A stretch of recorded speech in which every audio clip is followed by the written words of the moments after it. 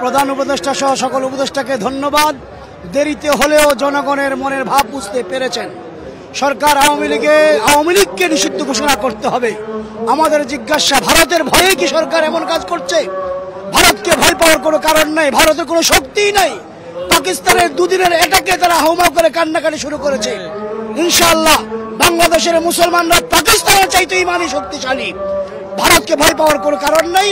আওয়ামী লীগকে সরাসরি নিষিদ্ধ ঘোষণা করতে হবে, নচেত জনগণ রাজপথ ছাড়বে না ইনশাআল্লাহ। ফেসিবাদের পতনে যেমন সর্বস্তরের জনতা মাঠে নেমে এসেছিল, ঠিক তেমনি ভাবে ফেসিবাদ গণহত্যাকারী আওয়ামী লীগকে চিরতরে বাংলাদেশ থেকে নিষিদ্ধের জন্য সর্বস্তরের জনগণ আবার মাঠে নেমে এসেছে।